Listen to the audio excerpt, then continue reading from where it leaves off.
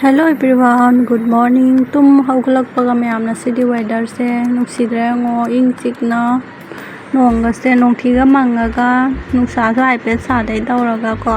yam nungaiba dinda ama oire ado mayam leising se handakti nong su phangna phajare loire ko leising se uraga mayam wakhanda keno ma phawye do leising se ngo mai thokpa ko loi hingna ba maka phanna mai thokpa sum hingna ba honajari se ngo do akhoi Miyoiba di kadawni ko khara mani ko loina nate amaga sidana na mana hengrani ai chingtha batani ko do lei singse khangde uwa sa khangde moidi mai thokpa sum hingna ba phajana ba na honajana mai thokpa ko leitra kyam phajadra ubada su yango do Miyoiba di kai hayurani ko donida ado thabak chu loisanjarage ado macha su school nasi leite ba ado na khatang le doina su hogatpa ado thabak ka se loisanjarage do kherki ga se hangdoge do nuksi nungsa khala changak na baina to thabak ka loisanba loijare khara mirang kai ka su sita ramba do gaidi wai se chan go chan na loire sumang khalon chu silamme ba ko uji irujarani to breakfast loiraga phi se suge tawini siga putho thamme macha su macha gi papa su suti jakhi ba kuidri ba ko ado mai phiron je sum su nai na khara tawna upuda hapchan ba hore do khara ma leiri sudri ado surak toine ba ko sorban cha loiraga do macha thoi chu chega ina larik na hakpu thowaina school chatte na do sana na lei aina larik hak to holle sigana macha thoi bi su mai thokpa sana jari ang masam je punbi ga aina yada ba pha nei tawi seuraba to koi chen doi ni ma masam punbi ge hairaga do magi puja da lerak pa ko thi garang do chak thongbi sana bai do lei birak pa do ma du ni sana ri se do isu iru jamai jana ba tawrani lai dup thana ba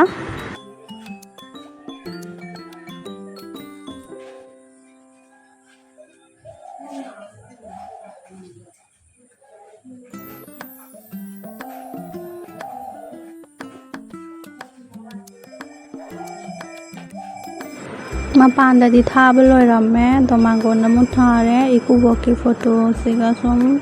lei kai kak se katpire ba ko good morning mayam to ayuk ki thabak thi loi ja re do ji breakfast to gorani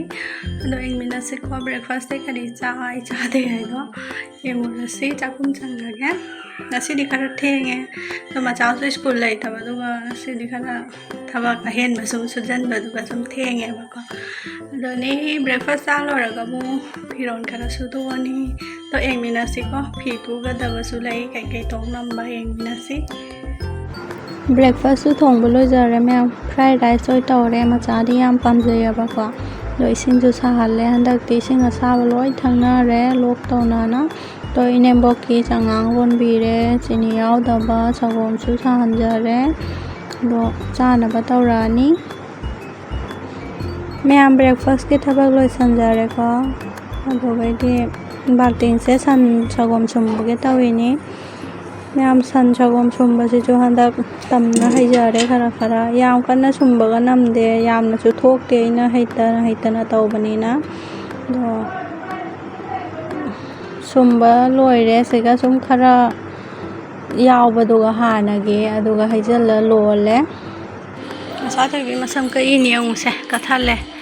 clip su phande labar su phande wai chin bana wai sange ka masa su namde ku ire lu jada bana sidi singa sa bana lu jada ire sonondrola kakpaga di khara thi bani no mi lai raga sum pajara kani kakpata ngai ri bani na masak se ke nami taw Potchai phi se phau bata ngai ri ong do nong chu thare nong se chu ga da ba di man de hui pai nu ko ma cha thai bi la nang ai yo tawi do kai no nang nong da kumi do losal la roi da phau bata ngai ri chu ning ba chu jar losal la roi นุ่งชาช่วยให้เป๊ะสามันทำไมต่อไปจะมันนุ่งจะชูกันตลอดทั้งนี้ชักถุงโดรันนี้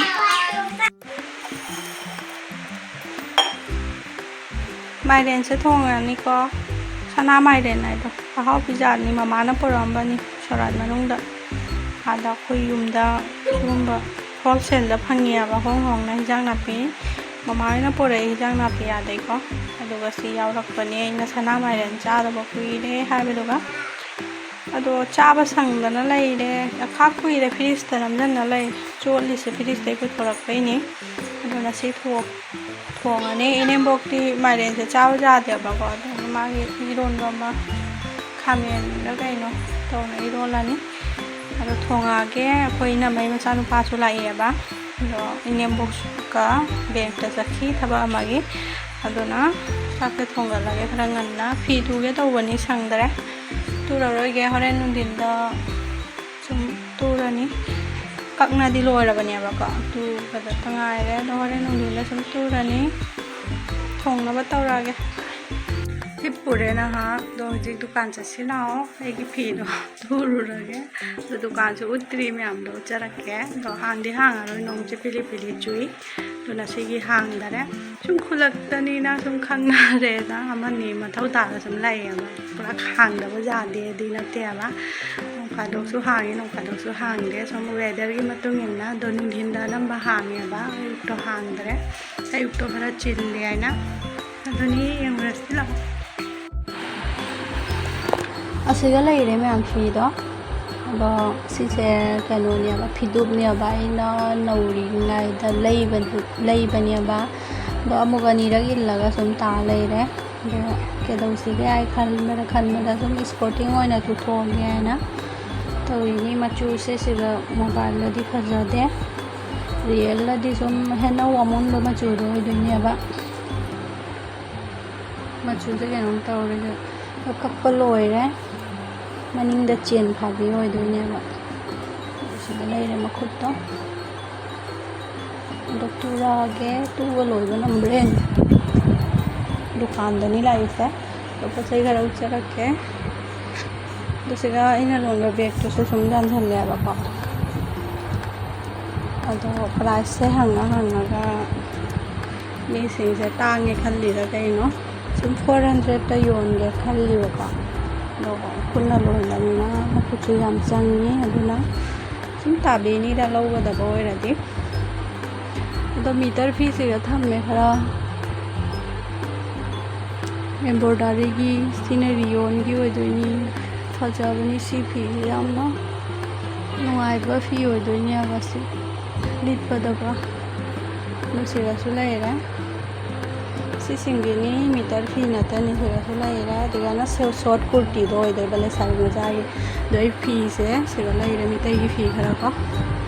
अदो खरा अमा लैनाबा याउबदि याउनागरे निगोन चाकोबदि अदो सिगा लाइरे lung ma'am lung Sissu खरा सुम लौनागरे अदो ऐसु हौगे तौइनी lung से हौजला थमगेना सिगा लाइरे आइगी फी दुबै वायारसु लाइरे दुगैदि सि अलमारी सिदि थोंग हांगदबनिना उलारोगे नोंबौलागे सिगाना खुजिना सिरेका lipstick makeup तो ओइदोइबा लिक कसे खरा अफाबा क्वालिटी के लिक दुनियाबा रंग कोक्तबिदो नाचोम क्लिप सिंगर सुम यावरे खरा सुम सुंगबा बतुरा गे फीसे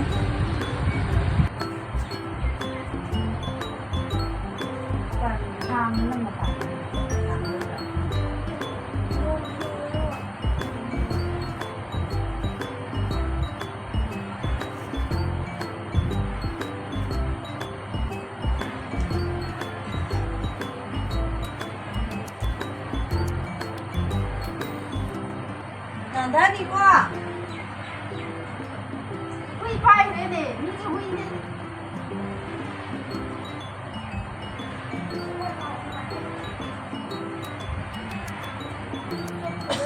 Lạc cái nó, mà không mua đi.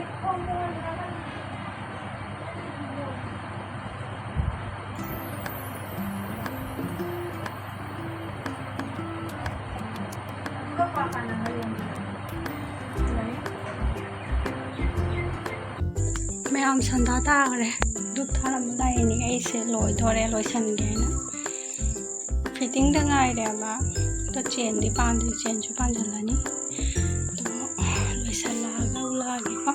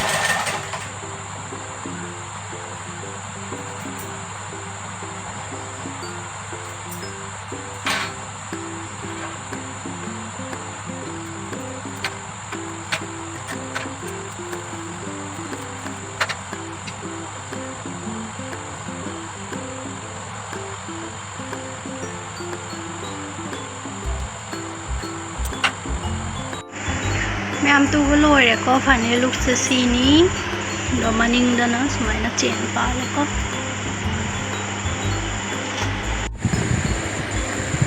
ꯁꯤꯅꯤꯀꯣ ꯁꯤꯅ ꯃꯅꯤꯡꯗ ꯃꯉꯛꯁꯦ ꯚꯤ ꯁꯦꯞꯇ ꯑꯣꯏꯍꯜꯂꯦ ꯑꯗꯣ ꯂꯤꯠꯂꯒꯁꯨ ꯎꯠꯂꯛꯑꯒꯦ